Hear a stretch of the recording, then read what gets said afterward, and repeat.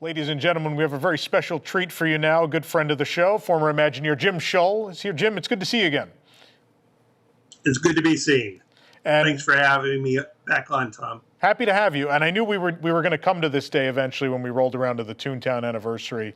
And I know this is a project you worked. Funny enough, you worked on the original Toontown and also some of the recent revival of Toontown at Disneyland. And so, but let's start. How did you end up on the Toontown project for Disneyland in the early 90s? Well, the simple answer is a truthful one. I was working at WDI, and I'd just come off the Goofy About Health project in the old, now gone, Wonders About Life Pavilion. And people looked around and said, well, you know, Shull knows something about the cartoons, and we're kind of thinking maybe we could bring a version of Mickey Starland from Florida here to Anaheim. Yeah. Because we want to solve the problem of, you know, guests want to see Mickey, and there's no place to see Mickey that's permanent. So let's go build one of those in Anaheim. Yeah, so it was interesting. I had this conversation with someone at Chef Mickey's the other day, and I think I mentioned, I was like, when I was a kid, it wasn't terribly hard to meet Mickey. I remember, like, or any character for that matter. Everyone just kind of sort of made a circle around them, and characters would just kind of go around the circle meeting people. But then as I got older, I remember that's when you started to have lines to meet characters. And the first one I remember from my childhood is like you just referenced, Starland at Magic Kingdom. And so suddenly I think everyone, correct me if I'm wrong, everyone really liked the way that went. And so everyone was starting to clamor to have that. Well, that's a true statement, because up until then, if you wanted to meet Mickey, you'd go and find, a cast member. They'd, you know, go into their vests and go, okay, I'll check the paper. Oh, you want to see Mickey? I think he's over in Town Square. Yeah. So the family would run over to Town Square and hope that Mickey hadn't just left for a break. Yeah. Or, you know, coffee break with Mickey or Minnie. So, you know, that didn't work out so well. And after the success in Florida of having a permanent Meet Mickey facility, Anaheim said, give us one of those. Yeah. And so that was the birth of doing Mickey Starland in Anaheim, in the area, in the old Boneyard. You know, the Boneyard? You've heard of the Boneyard, haven't you? Yeah. But for those at home that may not be aware. Okay. The Boneyard was kind of like basically your storage, kind of like my house. If you came to my house, you'd find boxes of, you know, books in the closet that no one's supposed to ever go look at. Yeah. Well, the Boneyard in Anaheim is the same thing, because the old Matterhorn star that they'd mount on the Matterhorn during the holidays. Yeah. Well, the other 9 months of the year, it went to the Boneyard. Yeah. And they had a lot of other junk like that. They had old trains from Rainbow Cavern. They had the Navigator prop spaceship from the movie. You could find anything back there. But it's also valuable land, and valuable land is at a premium in Anaheim. So, you know, that was offered up for a permanent home for Meet Mickey back in the Boneyard. And this is the point at which this is kind of the beginning of Disneyland looking at, okay, we're kind of out of space. What are we going to do? And that's when they start to break through the berm with these expansions, which is kind of a hallmark of 90s Disneyland expansions. Well, that's true. The first time that the Disneyland ever broke through the berm was for the old Critter Country. Actually, it was Bear Country. Because the original Bear Country, the only way to get to the entrance was to build a trestle that you'd walk underneath. Yeah. And that's there to this day. But it did prove to Anaheim, oh, this could work.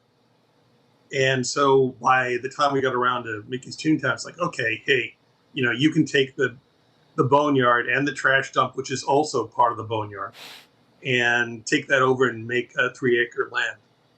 Yeah. So you get roped in. They're just like, because you kind of know cartoons, Jim. We're gonna have you jump in on this. Well, you know, if you're naive, it's really a license, because I'm thinking back then, this will take me a couple of months, and 3 years later, I was at the grand opening where we did the ribbon cutting. But during those 3 years, myself and a group of other artists all really worked on that project, and we first shut ourselves into a closet, looked at a lot of Mickey shorts. And originally, of course, Mickey's Toontown was going to have not a Roger Rabbit ride, it was going to have a Winnie the Pooh ride.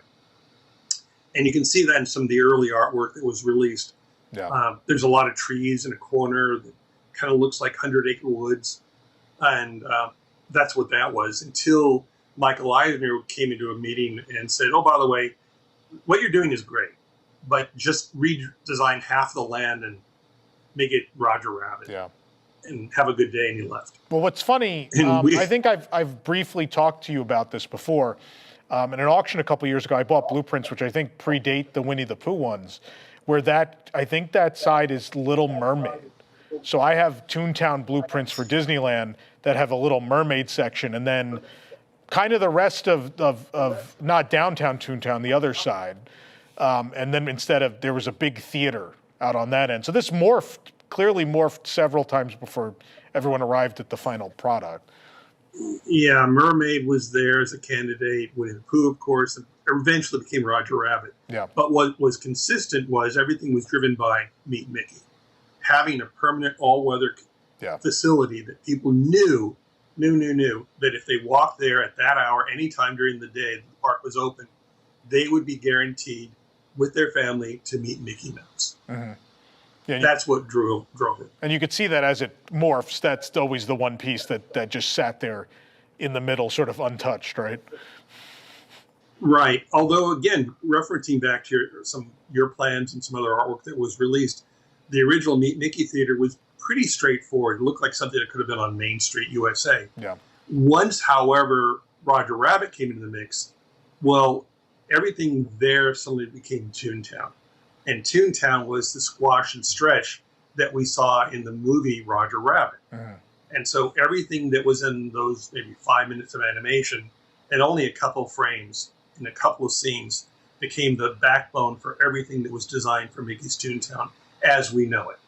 So it's funny, to correct myself, I now remember that in that earlier plan with the theater, the Mickey meet and greets kind of backstage at the theater, which did end up being like the reoccurring theme of the Mickey meet and greets, right? So I remember the Starland one, you're going into his dressing room, which was a very similar setup for what ended up happening with the Disneyland one, where you go through his home, but then you go out to like what is it, his movie barn, where I forget the exact story, but remember the one in Florida wasn't a permanent facility. Yeah. It was going to be there only for the Mickey is 60 celebration, which was, 18 months? Yeah. And if you're going to invest for 18 months, you don't get a lot of money. Mm-hmm. And so there in Florida, you basically had a temporary building with a facade in front that was a theater. And you'd walk in and you'd see some props on the wall and some frames that they bought at IKEA and suddenly stuck some photographs and hung them on the wall. Yeah. Because again, 18 months, that's all it has to be. Yeah. And then you'd see one of the different Mickeys that were all addressed identically. However, in Anaheim, it was a different card game we were playing. It was going to be a permanent facility, and God forbid you go and you come this week and next week and you see the Mickey, that'd be boring. So the idea suddenly became, let's do a movie barn, because that allows us to celebrate all of the classic films. And also, if you look at the films, it'll tee up one of 4 films, and you will go into one of 4 rooms that looks as if it's a stage for one of the 4 films that you just saw. Mm-hmm. So subliminally, we played the old card of, show them before you tell them. And so you see, the band concert in the film on the wall in the movie barn, and then lo and behold, you go into the theater, from the theater into the dressing room, and there's Mickey waiting to step back into the set for the band concert.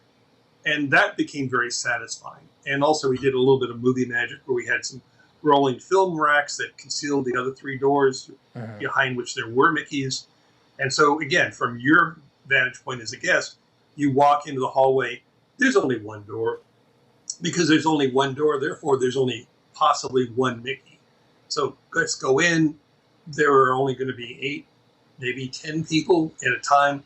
So they would have 5 minutes for meet and greet and photographs and have a satisfying experience. That was the theory. Makes sense. It blows my mind that was the first time out really doing the meet and greet with indoor queue and the meet and greets indoors. And it blows my mind that already the having for capacity multiple rooms and all that stuff that became staples of the meet and greet experience all was done the first time out.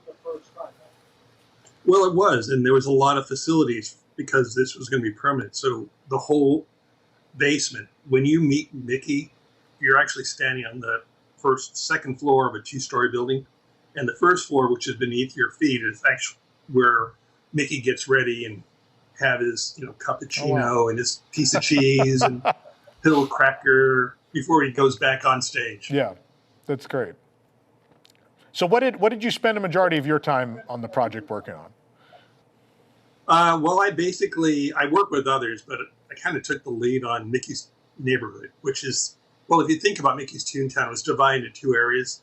And the old original graphic on the street said Roger's Toontown and Mickey's neighborhood. Mm-hmm. And I had the Mickey's neighborhood portion. And specifically, I had Meet Mickey, the Gadget Go Coaster, Chippendale's Tree, did a lot on the boat, and then had my fingers in the other pieces of the pie in that neighborhood area. But most of my time became Mickey's house. And the reason for that is, again, I was so young. I was naive. So I sat there and I started drawing custom props and stopped when I reached 3,000. So we built, installed 3,000 custom Toon props into Meet Mickey's show barn, Ruby barn. That was crazy. Does that include the house? No, the house was different because, good grief. This is a painful story. So okay, I'm drawing in the typical way that you draw a squash and stretch house, meaning that there are no straight lines. Mm-hmm. I'm not an architect. And because I'm not an architect, the state of California won't certify any of my drawings.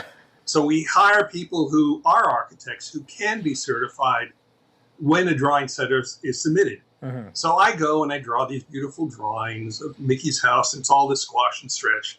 And I hand over my sketches, and I wait a period of time, and the architects bring me back my drawings, and I look at them and go, wait, everything that was nice and squashy and stretchy is now straight and level and plumb. And I asked, why?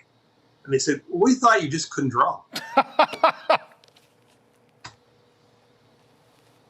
Do they understand you were building a Toontown? Did no one explain that to them? Well, you can talk and talk, but you never, ever can really convince people until you build the first one. So the solution there was twofold. One, I took the sketches and took them to Dimensional Design, and we did a scale model of Mickey's house. And people loved it. In fact, the last time I saw it, it was in the lobby of WDI at 1401 Flower Street in Glendale. But the second thing is I took the model to a desk that I had set up with the architects, and I spent the next, 6 weeks. Literally, I would draw, hand it down to the architect. They would look at it, scale it, create a drawing that they could then certify and then send to be built. And that's how we did it. Again, it was the first time we'd ever done this. Yeah, I was going to say, I guess the theme park world at that point is different in that there weren't a ton of environments that send you into a particular movie, or in this case, into the cartoon world. But I think today, if you're an architect from an outside firm and you get a job from whether it's Disney or Universal or whoever, I think there's somewhat more of an understanding of that now. But probably back then, I think this was probably a little outside the box in the theme park realm. No one had ever made, like, we're going to build the actual Toon world, and guests are going to step into it. And once they step into it, everything has to feel like you're in that alternate reality, right? Yeah, Mickey's Toontown is unique because it was the first land, I submit to you, that was based on one intellectual property. Yeah. I know we talk about Harry Potter and, Pandora, but really thinking about it, Mickey's Toontown was based on what? Well, it was inspired by the style of Roger Rabbit's Toontown, but it also was inspired by the style of the classic 1940s and 30s, a little bit of the 30s, a lot of them in that 40s, that bridge of the 30s, early 40s, Mickey's world of squash and stretch. But everything within that is consistent to that world because Roger was inspired by Mickey. Mickey is what we're presenting. So Mickey's Toontown was the first land based on one single intellectual property. It's consistent to that intellectual property and that I don't know, that thinking. For example, if you walk into Tomorrowland, in Anaheim or Florida. In Florida, you see in Tomorrowland, you see Tron, you see Space Mountain. That's not based on anything, but you do see Buzz Lightyear, which is based on Pixar, and you see other things. So it's kind of it's a catch-all conceit for anything that is futuristic.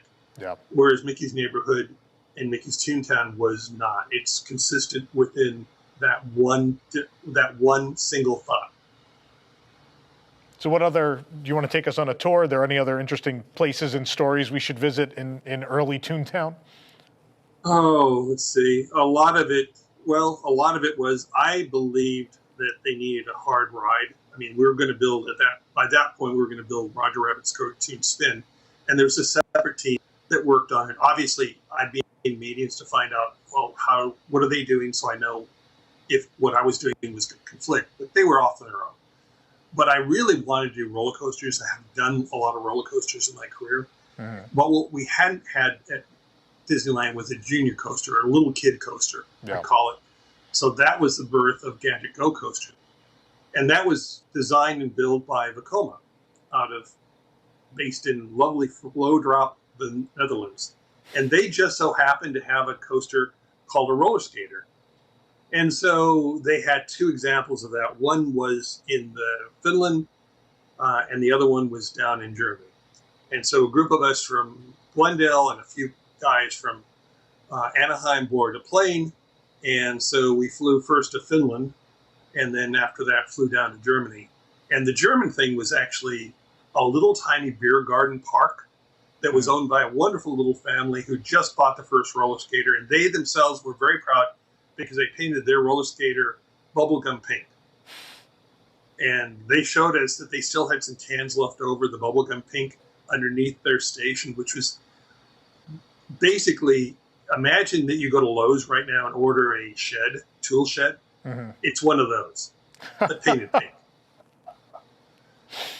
But the point is, we went and rewrote it, and we said, yeah, this really works. Now let's go change it, because of course we're Disney, and we have to. Yeah. You can't just buy something off the shelf. You say, okay, I'll take one of those, now change everything about it. So we, designed new cars and ride systems and control systems and props, more custom props, and then based it on the character of Gadget, which was a hit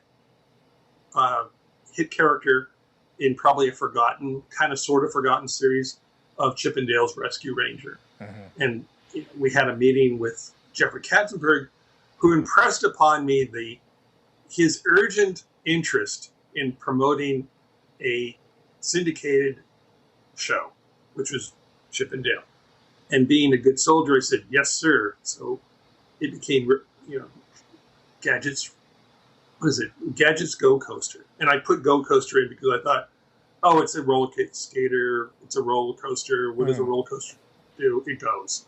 All right, that's all the thought that went into that. Was there any choice of Disney afternoon properties? Because they were all still in syndication at that point, or was it very specifically, we want Rescue Rangers?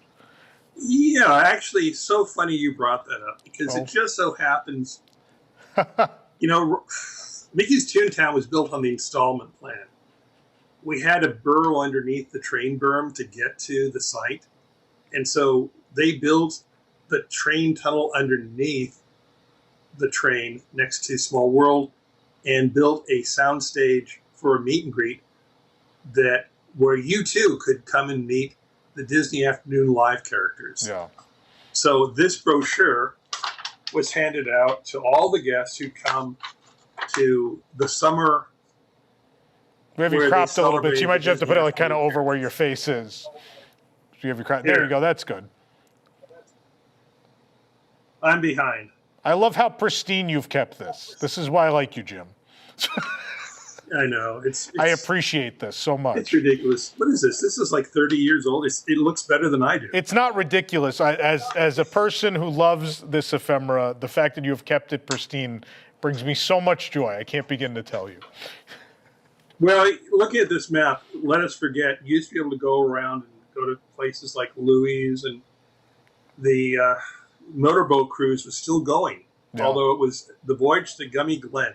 Gummy bears. If you remember that. Who remembers Gummy Glen?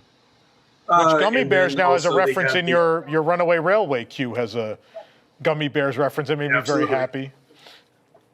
Yeah, and you'd go around with your brochure and get stamps in your little brochure and collect it.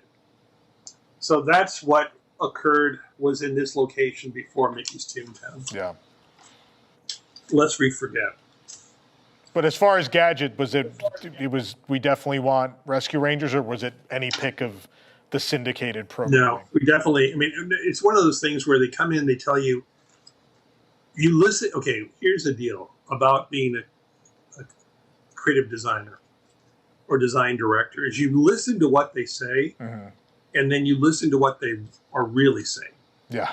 And when they say, oh, I want something from Disney Afternoon Live, you know, they're not saying we want Gadget. They want something that Gadget would align with. It just so happens Gadget was the best choice and the choice that worked. But they didn't come into the room and said, okay, you've got to make a Gadget, because they're not really interested in that character. They're interested in give me something that will put before the guests Rescue Rangers and Disney Afternoon Live. Huh. That's interesting. So I saw you tweet a couple days ago about visiting the Fievel playground. There was one in Hollywood, is that right? Yeah, the original one. It was in Universal Studios Hollywood. And they built a parking structure, and the parking structure roof, that had a lot of things when it opened. Basically, It had an animal petting farm. It had, I think, Noah's Ark petting farm at one point. They basically, put anything they could out there. Uh-huh. Again, I've got another box over here of those brochures as well for another time. But when they had the hit movie American Tail, that was Steven Spielberg's associated, he was associated with that film. And, Universal had a deal with Steven. And so suddenly you had Fievel's Adventure and American Tail. And they had some really elaborate props. And they were overscaled, they were large, but they were typical slides. A slide as a banana. There was boxes created of oranges and climbing ropes, etc. And kind of was in the ballpark of what we were doing or thinking about. So early on, the creative team, we drove over from Glendale and went to Universal in Hollywood and climbed the ropes and slid down the banana and looked around and said, well, this works, this not so much. Yeah. And the big thing again was, how do you take this and make it a permanent thing that looks nice? Because unfortunately, little kids are hard on things, and so that nice yellow banana, after a couple of weeks, is not so yellow anymore. It looks like it needs to be composted. So it's a composted banana slide. So how much playground research I'll let the viewers done? think about that for a moment. Yeah. How much playground research did the team do? Well, again, it was a little preschool area, and there are some things where we had a Disney attorney with us, and so we would go to playgrounds, and and we'd watch to see if their eyes rolled to the back of the head when we'd show them things like, oh, there's a carousel, the old kind of steel carousels that you'd see in public playgrounds. Yeah. We'd all get on it, and a kid would spin it around, and a little kid would be flown off, or the little kid would be knocked in the head. The things the baby boomer kids were allowed to go on, and then my generation of children were suddenly not allowed to do anymore.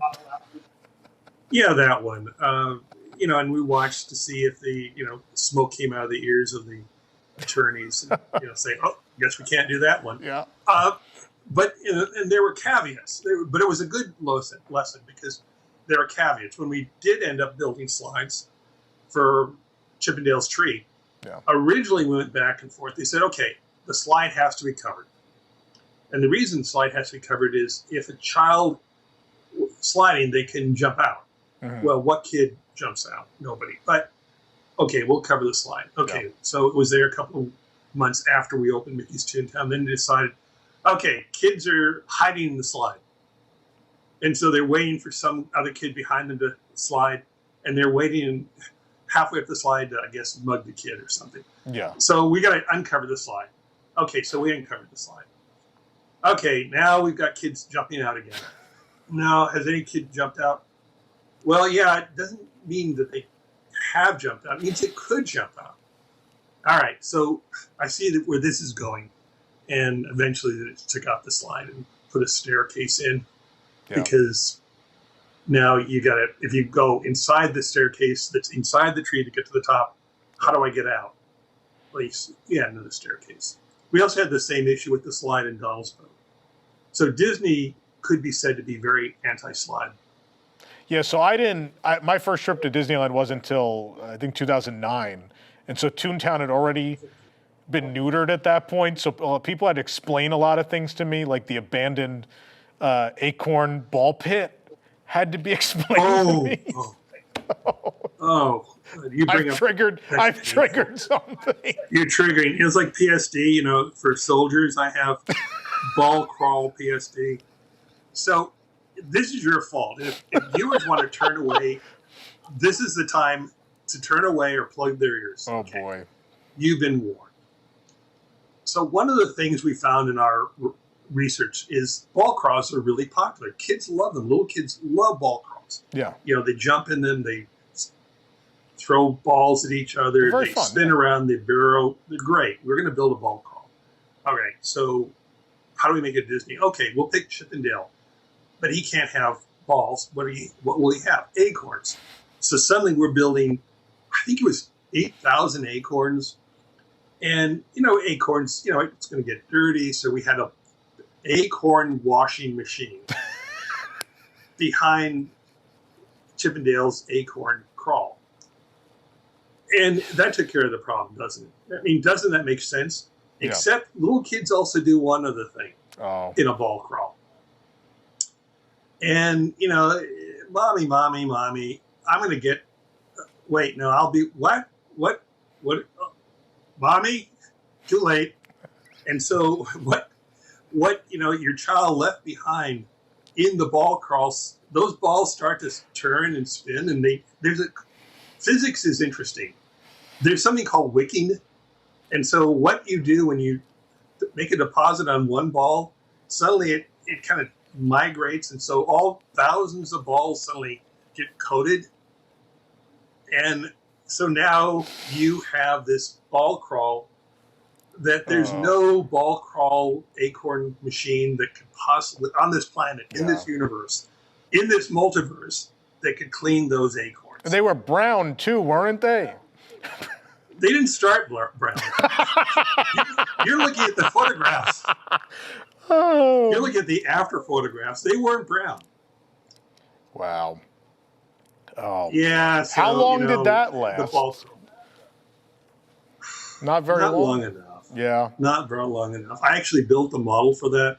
Yeah. I came in one night, started at 10 p.m. because we needed it the next morning. And I was using 2-part hot melt glue, and I ended up gluing my fingers together. Oh, boy. So I'm sitting there at 1 a.m. in the morning listening to, I think I was listening to Howard Stern and drinking double shots of espresso to keep grinding through until the morning with my fingers glued together to build the acorn crawl. Yeah. And, unfortunately, I want to use a dirty word here, but I won't. So just, you can imagine, viewers, what I said when they finally told me, your acorn crawl's gone. It's kaput. Because of those little kids. Oh, it blew my mind that they did custom, that they were custom. They didn't just make a ball pit. They made custom pieces for the ball pit to make it acorn. Custom. Yeah, I did the drawings. I've got, like so many things, I've got my drawing set sealed under NDA, but I did drawings of acorns, fully dimensioned, and then we had to find a machine and a company that would do injection molding of, we'd call them up and say, hey, do you do injection molding? Yes. Would you like to do a job for us? Of course, we work for everyone. What color ball would you like? We want acorns. And suddenly their heads explode. Yeah. But, they made us 10,000 not brown acorns. Wow. Amazing. Yeah, and so you said, like, again, I remember, like, going up to the top of Donald's boat and being like, I feel like something else is supposed to be here. And then there's just the bar, which you would use to, like, position yourself at the top of the slide is just there. And so there may or may not be photos of me pretending to slide into the net that's hanging underneath the abandoned space. Yeah, there was and on the bottom floor at the end of the slide, there was another climbing net to get you back up to the top. Mm-hmm. And behind the net, there were, again, more of these beautiful custom props that we built, painted, installed. But all of that went away because people were, deathly afraid that children would come to an unseemly end there in Anaheim. And that ended the Goofy. Goofy was a bounce house originally. Oh, God, yes. Goofy was a bounce house. Oh, God, yes. Yeah, you owe me therapy money. You owe me therapy money. Yes, the Goofy bounce house. And again, it was one of those things where you call a vendor and go, we'd like to order a bounce house. This is the Walt Disney Company. We'd like to order a bounce house. Do you build bounce houses? Yes, we do. We like to order a bounce house, but it has to look like the inside of somebody's living room. Because if you go back and look at photographs, there was the ground layer with the carpet.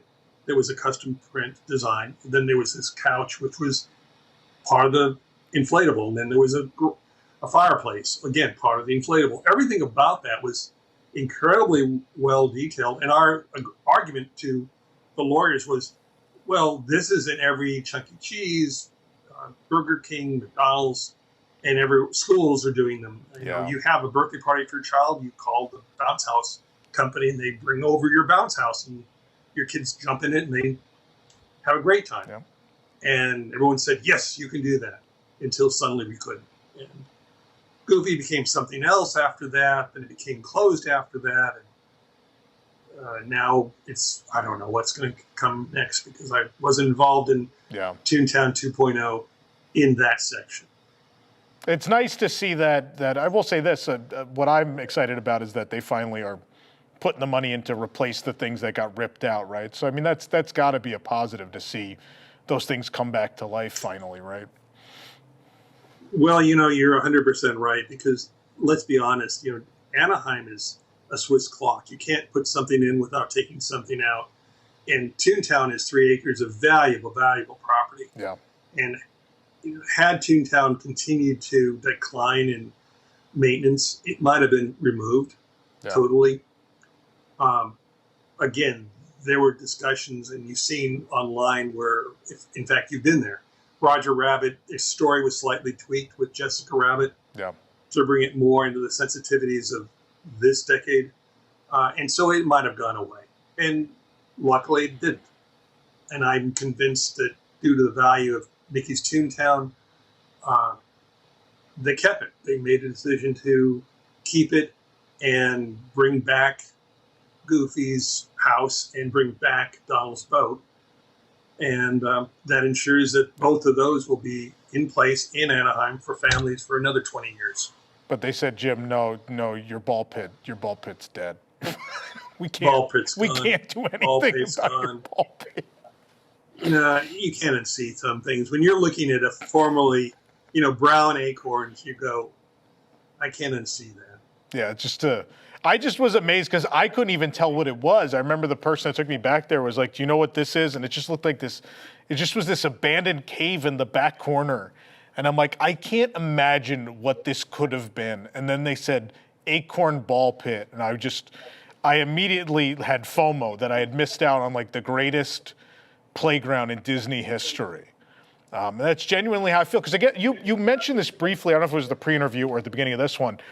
So I grew up with Birthdayland. I was a little too young to remember. Starland, I remember vividly. Our Starland playground was a pile of garbage. It was very much a generic, like off-the-shelf kids playground space. And I think that mostly existed the same into Toontown Fair too. And I think it's like, that's kind of lame. And then I saw what Toontown in California was, and I was like, oh, to grow up with that would have been amazing. Well, it was, and the Japanese happen to agree with you because if you ever get the urge, you can go to Tokyo Disneyland, where they still have their Mickey's Toontown as it was originally designed for Anaheim. Yeah. Some little thing. They got rid of the bounce house too, though. So they did their Goofy's house is the paint and play. So it's kind of like Toy Story Mania, but you stand still and shoot the room. Yeah, it's fun. It was. Yeah, you're right. It was an early version of paint and play. Yeah. And actually, wasn't that originally in ImageWorks? There was some. Going back to the original ImageWorks. Oh yeah. The big paintbrush. They had a very dark room where you kind of shot some array of light in the ceiling, and something happened. And it was super complicated because it was before projection mapping, right? So they had to actually aim the lights at those big gray. They were kind of like sculptures, and then you'd point the paintbrush and shoot the paint at it. Yeah. Right, and that's one of the things where using new technologies. Epcot was brilliant for that because whatever new technology that wasn't quite ready for prime time, they had the excuse with Epcot. Oh, it's the future. You're lucky if it works at all. Here, let's shove it in there and hope for the best. Yeah. What else? In Japan, I mean, they're laid out differently, but you can sort of relive some pieces of Toontown that's now gone. So like the musical Mickey fountain is still there. They have a Jolly Trolley. It hasn't been out for a little while, but they do have a Jolly Trolley for photos. It still exists. I don't know when they're going to put it back out. So there's a couple of those little vestiges of past Toontown there.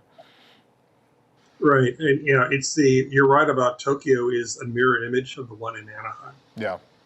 When it opened, what OLC, or Land Company, asked for was they wanted a copy of Anaheim, and that's what they got, except they reversed the layout because they had some sightline issues out of their park. Yeah. So I was told. You never really know. That sounds like them. Any other little stories about original Toontown? Is there anything? You didn't work on Jolly Trolley. Were you involved in Jolly Trolley at all? I was a little bit working with Dave Burkhart. Dave was the show producer for Mickey's Toontown, and he was a train aficionado. Loved trains. Was a hobby train enthusiast with layouts, and so he was a champion of doing this Jolly Trolley, which when it opened were two cars that were connected, and they had a cam underneath. And so the reason you had the cam is that they'd always oscillate at different angles as they moved through the land. And they really weren't for transportation because, frankly, the capacity was low. And also, it was in the way. If people wandered in front of across the track, you had to stop the train. Yeah. So it wasn't a very efficient ride to run, frankly. Yeah. Because you had cast members either side and cast members either side and the operator. So eventually they went from two cars to one car to then no car. But if you remember, they used to have the train station that when they closed it, suddenly became the Disney Vacation Club location where you could buy your club membership. Yeah. Which wasn't a really good fit, but hey, they were an opportunistic group over there in Vacation Club. Land. Okay, we can put something. You had to find something to do with the station, right? I mean, it was just sitting there. So why not? It's bizarre. Why not own it? It was an odd time. Welcome home to Toontown. Yeah, it was an odd time. But that's a nice thing about bringing back Mickey's Toontown 2.0 is it gave that team an opportunity to clean up all the things that were not show ready or messes or things that had drifted off of center line as far as story over the decades. Because remember, Mickey's Toontown has been there. It's going on its third decade. Yeah. It's a long time. Do you know, so my two favorite things, and they happen to be two things that were removed. I love the fountains very much. So the Roger fountain is great, but also the one in Mickey's neighborhood. Do we know who drew those, who designed them? Yeah, I do. They were both designed by the brilliant Joe and Cicero. Okay. And if you look in some of the books that were released, I think his drawings are out in public. Yeah. But no, he drew both of those, designed, led the charge on them. And I agree with you. The Mickey's Toontown was a classic where it was interactive. And here's a note. A note about a musical fountain. Ha ha. Low-lying fruit. What can I say? The note there would be that Mickey's Toontown was full of interactivity. Everything about it invited kids to play. Yeah. And so all around that fountain, there were in the pavement areas where if you stood or pressed, the instrument in the fountain would play a musical note and water would shoot out. And so there was a call and response and a gratification for the kids that, oh, I did that, was their reaction. Yeah. And Mickey's Toontown had that capacity of interactive capacity that maybe you're not on a ride, but you're standing on a fountain for 5 minutes while you're stomping on the ground and causing the instrument to blow water, and you feel good about that. But that leads me to this question: what were your favorite things about Toontown from your memory? I mean, you talked about the propping, right? Like, I just can't believe I just remember every time it was Mickey and Minnie's house here or in California. It didn't matter. Like, people loved spending time in those houses because every inch of it was propped, and every little prop was like, well, if this particular item existed in the Toon world, what would it be? Right? So even they're like, well, if we're going to have a phone, maybe they have an answering machine, and maybe while guests are there, all these phone messages that Mickey or Minnie would get are going to play. And that's the kind of, I just love the fact that every inch of those spaces was, we need to make a prop that makes sense, that it's this thing that you're going to recognize from your life, from the real world, but what would it be like if you're in the world where cartoons live? That's the stuff that's always stuck out for me. And also, all of those props were scaled to one another. That if you walk into Mickey's living room, and then beyond that, you have his washing machine out in the foyer, out in the service area. But that washing machine then scales to the stove that was in Minnie's house. So everything, even though you can't see them in the same room, everything scaled to each other. And that was hard. There was a point when we were building the 3,000 props, which were all built in North Hollywood in the old, now closed Tahunga facility that WDI owned and operated, and that's where they built stuff. Wow. And literally 3,000 props, and they were building the props in hallways, in service yards, in studios. 3,000 props are a lot. That's a lot of stuff, a lot of foam. And they would build them, and I would ask for everything to be lined up to check the sizes to make sure that, everything worked scale-wise. And so the button on Mickey's answer machine had to be the right size. So Mickey's, we all know Mickey's hand. Yeah. He's got 3 fingers. He has big fingers because he's got gloves. That finger has to be able to hit the button and not accidentally 2 buttons. Amazing. So, it was I had a lot of time on my hands. But that's what, Jim, isn't that what makes Disney, right? I think we have this conversation on our shows a lot. And I think it's that attention to detail is what makes all these things so powerful to people, no? It does. I mean, the one thing that, Marty Sklar is known for a lot of things, but one thing that Marty Sklar is famous for talking about is the fact that there has to be nonverbal communication. By that, I mean, when you look at a prop, you can't rely upon language to convey the meaning of or the story of the prop. Or that applies to a land. Mm-hmm. So when I walk in, I have to assume that you, as the guest, doesn't know what Mickey is or who he is. When I designed, ride shows and attractions for China or France, my assumption is that Grandma in France or Grandma in China doesn't know who these characters are. Don't know. They have no idea. So I had to design non-verbal communication. And to that point, I guess it's successful because, you walked into Mickey's Toontown and you got, an idea that, that cave where there was a ball crawl now closed, there must have been something there. So at some level that communicates to you. And it's a hard challenge as a designer. When you rely upon a marketing brochure or graphic or sign to tell you what it is, then you as a designer have failed because you can't rely upon, the guest standing there in the hot summer sun of Florida in July with 3 generations in their party to suddenly understand, ooh, I know what that is. I saw that in a movie or I saw that on a TV show. Yeah. Because they're probably not going to get it. It's so important. I mean, so many of these parks are international destinations, right?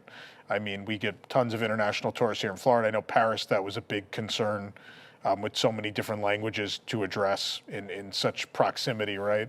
So yeah, it makes sense why that's so important, that signage can't always be the thing that tells the whole story to the person, right? No, no. In Disneyland Paris or Euro Disneyland, when it opened, we were dealing with 6 languages. Yeah. You said 6. Imagineers can count 6. You counted to what, 3,000 props, so. Yeah, true. But, that's the old joke about, how many Imagineers does it take to screw in a light bulb? And then the answer is, why did it have to be a light bulb? Yeah. Rim shot here. It's a good one. But no, in Euro Disneyland, we had dealt with 6 languages, and I think now basically you deal with 3. But I continued, you should deal with no languages. Mm-hmm. Because if you walk into, I don't know, Avatar or Pandora, Animal Kingdom, prior to the new movie Way of Water being released, how long had it been since the first Avatar film? And there was a generation of people who I've seen on social media commenting, that they'd never seen the first movie. Mm-hmm. To them we're in Adventureland. It's got water, it's got rocks, it's got plants. Looks like Adventureland.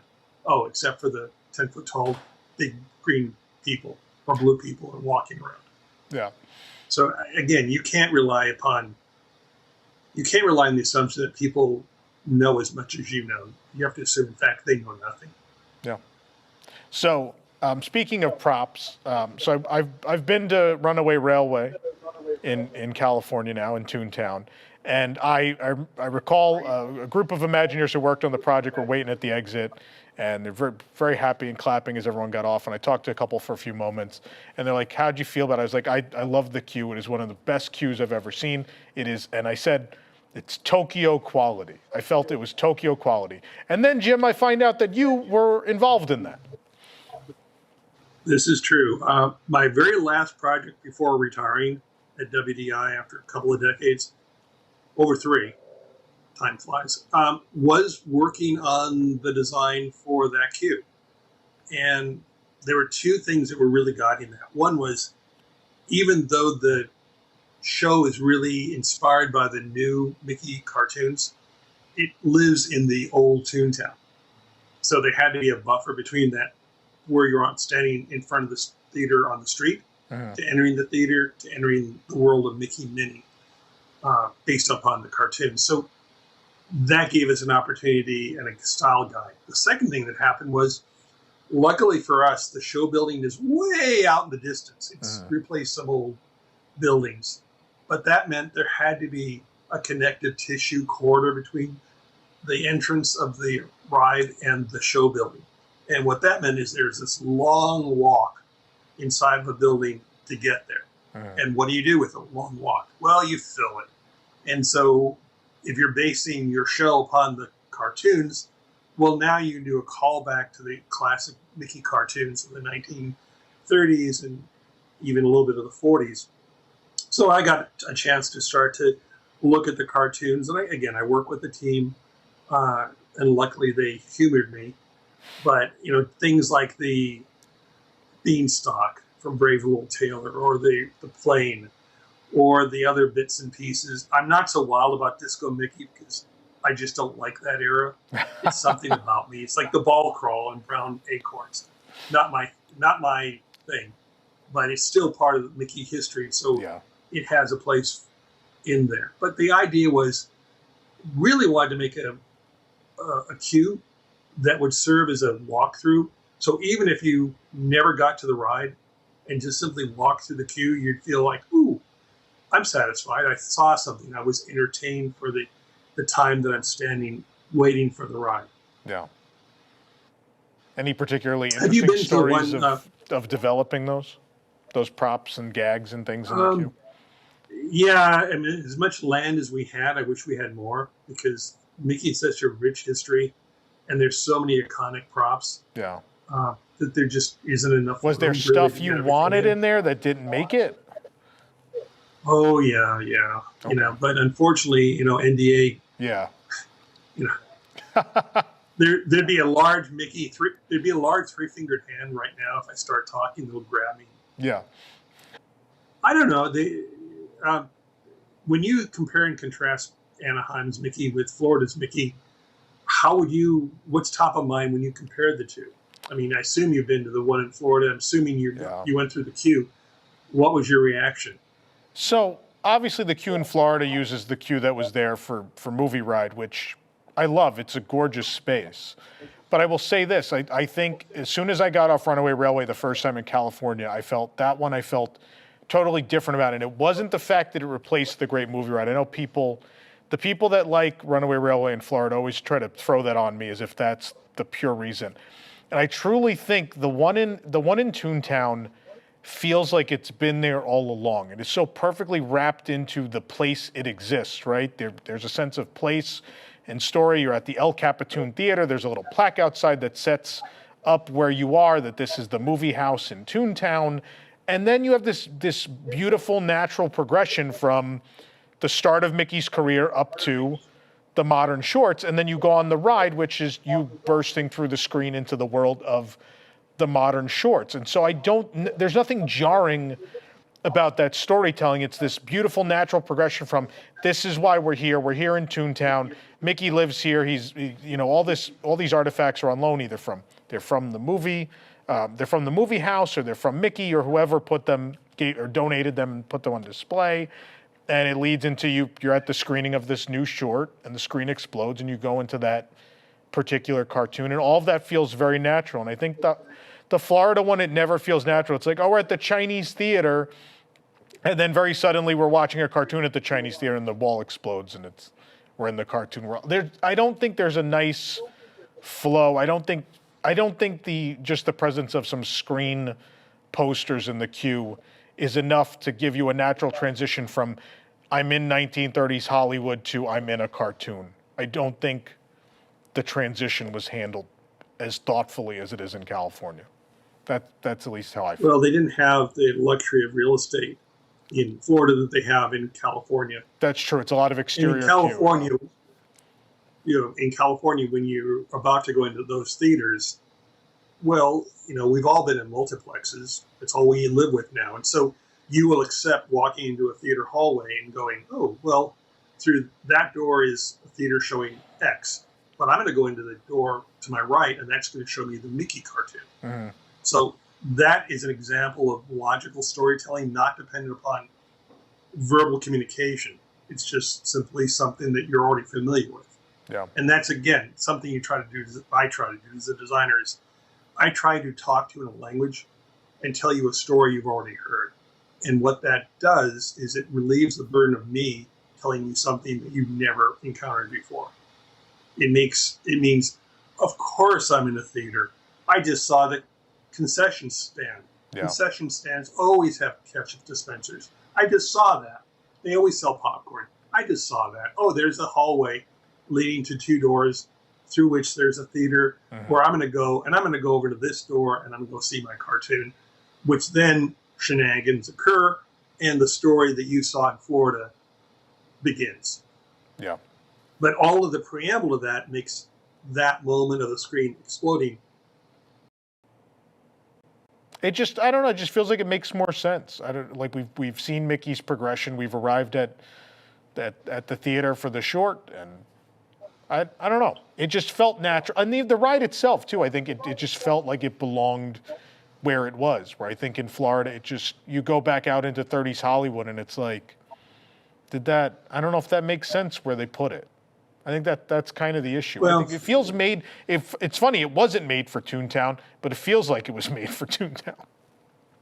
Yeah, it does. It does. It has that sense of belonging. Yeah. And also in California, they had the luxury, again, of space. Yeah. And an odd sense of space where they had two scenes, the end scene where you have the perfect day in the park, and the scene prior to that. In Florida, those two scenes are right next to each other. Yeah. But in California, because of location, they had to build the covered train trestle scene. Mm-hmm.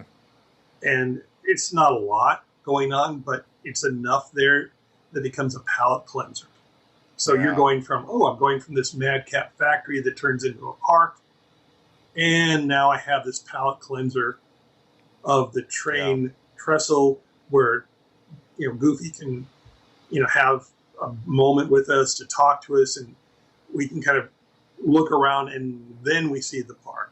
Yeah. Whereas in Florida, it's a factory, now it's a park, now it's and you Mickey, just turn and you turn and yeah, I'm gone.